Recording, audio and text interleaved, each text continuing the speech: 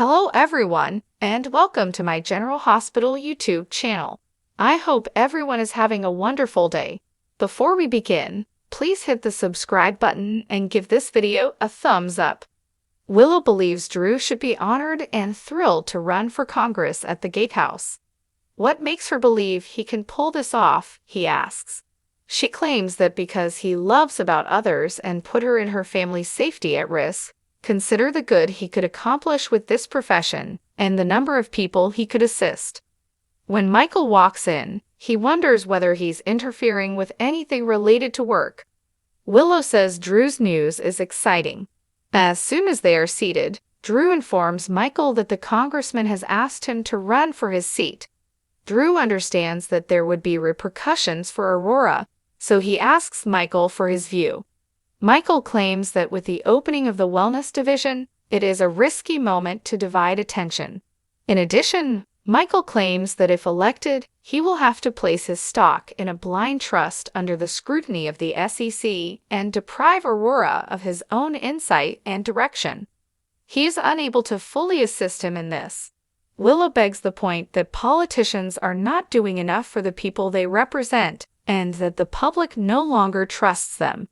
She claims that McClunky was an exceptional individual, and he has chosen Drew to succeed him. She claims that because Drew is wealthy and a veteran of the war, he won't require lobbyists or special interest organizations. Drew must do this, she insists.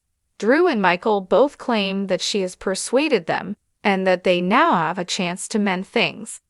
Michael and Willow declare they're all in when he says he'll need their assistance if he does this. Molly and Dante meet up at Bobby's as Dex enters. Dante thanks Dex for meeting him as Molly leaves. Dex informs Dante that he will not be prosecuting Sonny because it might put stress on the unborn child. He doesn't want to force Christina to testify against her father. He adds that Sonny probably won't serve much time in prison and that he would have him assassinated as soon as he was out. After speaking with his father, Dante claims he came to the realization that he had misjudged both of them. In order to prevent anyone from assuming he was attempting to coerce him into backing off Sonny, Dante says he avoided him at the station. Dex was also acting in his own best interests. For Christina's sake, Dante acknowledges that he is appreciative that he is not filing charges. Dex is aware of Sonny's deep love for his children and his desire to keep them happy. Dante claims he's starting to have second thoughts about that. Blaze bumps into Molly outside. If Molly has seen Christina recently, she asks. Blaze says she went to check on Alexis after dropping Christina off at her mother's place.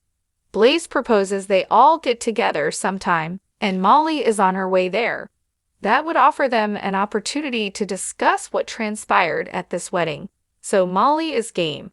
According to Blaze, Christina is fine, but has become a touch flimsy. Blaze assumed Molly knew because she brought up the wedding, but Molly is perplexed.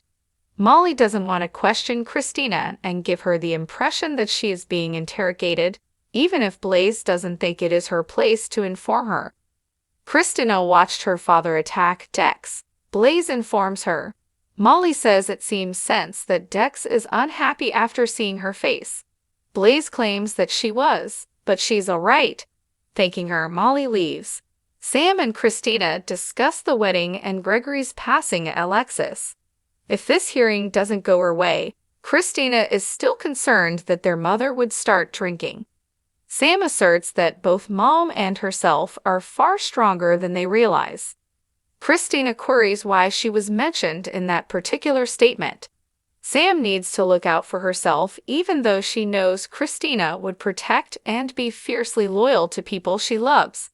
Sam thinks Christina will follow the correct path when it comes to doing what is right, regardless of the cost to Sonny. Christina assumes she is aware of the events during the wedding. Sam expresses concern that she is handling this burden alone. According to Christina, Dex has already chosen not to file a charge. Sam wants to know her thoughts on this. Although Christina doesn't want her father to do time in prison, he understands that she is aware of what he did and that he ought to be held accountable. When Alexis gets home, She informs her girls that they don't have to ruin their day in order to visit. Christina inquires about Albany, and Sam replies that they brought lunch. Alexis says they will discuss that when Molly arrives. Alexis gives them an update on the hearing when Molly shortly arrives.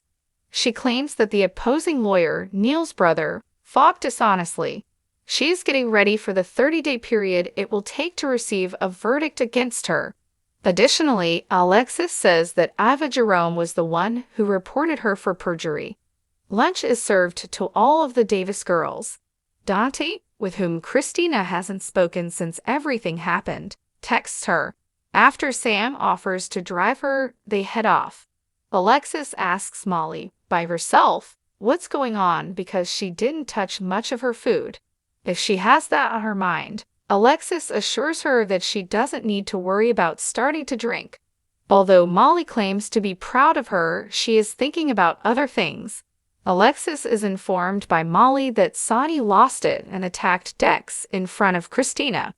Molly claims that Blaze had to inform her of all of this as Christina had not informed her. She is unsure if she chose not to inform her due to her role as the ADA or her tendency to hover. She will make a big thing out of this, so she can't even bring it up to her. She's unsure whether or not to notify TJ, since if she does, he will immediately go check on Christina. Molly is informed by Alexis that in order for Christina to be composed and collected, Molly cannot agitate her. Alexis promises to act as a mediator between her and Sonny. Molly promises to keep Christina and her drama at a distance from her as soon as this kid is born. Joss and Sonny cross paths at the park. She attempts to ignore him, but he tells her to speak up if she has anything to say. She informs him that although he was there for her after Oscar passed away, and that he was once her stepfather, that person is no longer him. She claims he ought to be imprisoned for his unprovoked attacks on Dex and his threats to kill Jason. She tells him he's lucky that Dex isn't filing charges because of his children. She claims that because Christina was such a mess, she went to Michael, his estranged son, who then went to Dex to make things right. She cautions him that because Dex showed him grace in letting him go, he should know he can do so if he ever gets his hands on him again. Joss walks away. Later in the park, Blaze encounters Joss. How is Christina doing? Joss inquires. Blaze claims to be feeling better, but she told Molly what had happened to Sonny. Blaze informs Joss that since she was correct about Sonny, she should apologize to her. Joss states that now that Christina has come to terms with what happened, she wishes that Sonny's delusions had never happened and that Christina was still safe. Sonny stumbles onto Dex poring over a police academy handbook. He only wants to talk to Sonny, who advises him to calm down. Dex declares that he won't take this ambush lying down. Noted, says Sonny. As Sonny settles in, he shares that he has heard Dex won't press charges. For Christina's sake, Dex clarifies that he isn't. That is something that Sonny is aware of and values. As far as Sonny is concerned, their past animosity is behind them. Sonny claims he has more pressing matters to attend to, and that he's a distraction. Dex remarks that he has never seen him give up on a grudge. Dex doesn't know him at all, according to Sonny, and he isn't worth Dex's time or effort. For your sake, keep it that way. You're nothing to me anymore, Sonny says. Christina shows up at Bobby's to meet Dante. After the incident, Christina claims to have been all over the place and that she couldn't believe it was her dad at the time. She noticed an ugly, angry-looking man. Christina is aware that Dante has already witnessed him acting that way, such as when Sonny shot him. It wasn't the same, according to Dante. He was soulless and icy like stone. However, Christina claims that because it was an accident, he was spared any jail time. Dante acknowledges that he lied about it being an accident, and that it wasn't. Dante claims that he fell in love with Sonny and Michael while working for him undercover, and that he thought they were a family before he was aware that they were. He adds that he recalled what it was like to grow up without a father, which is why he didn't turn himself in when Lulu informed him he had a father when he woke up at Gie. No matter who his father was, realizing he had a father was a gift he was never going to lose. Although Christina is relieved that she won't have to testify and is aware that Dex isn't filing charges on her behalf, she also fears that she might exacerbate the situation. She claims that she will be responsible if anything further occurs. Dante claims he will also be responsible. When Maxie gets home, she finds Georgie and James at Spinelli helping to clear cookies off James' laptop, which is causing it to operate slowly. The kids laud Spinelli's praises and want him to move back in when Felicia welcomes Maxie home. To give Maxie and Spinelli time to converse, Felicia swiftly offers to the children that they go get ice cream. Maxie acknowledges that she would welcome his return and that she misses him just as much as the kids do. Although Spinelli finds it hard to believe he's saying this, he must say no. He declares his love for her and states that he prefers them to be a true relationship rather than roommates. He asks how this would work, to which Maxie responds that she does too. Would they sleep in the same bed? Is she prepared for such? Maxie wishes to proceed cautiously and isn't. Does she believe he can return to the guest room, or will it be too much trouble to hold out until she's ready? Spinelli claims he can wait as long as necessary, and that, in a sense, he has been waiting for her forever. So he'll move in and will date? Inquires Maxie. They kiss after he declares that nothing would make him happier. When Felicia and the children get back, Spinelli breaks the news that he's moving back in. The children run up and give them all hugs. Jordan and Laura talked about press release leaks of information on the upcoming episode of General Hospital. Curtis assures Portia that there must be more to the tale. Liz is asked by Chase if she doesn't believe he deserves some understanding. Kate says to someone, "You're giving him all the advantages." Jason cautions Sonny that he is seriously in danger. Carly informs Molly that she has to talk to her privately.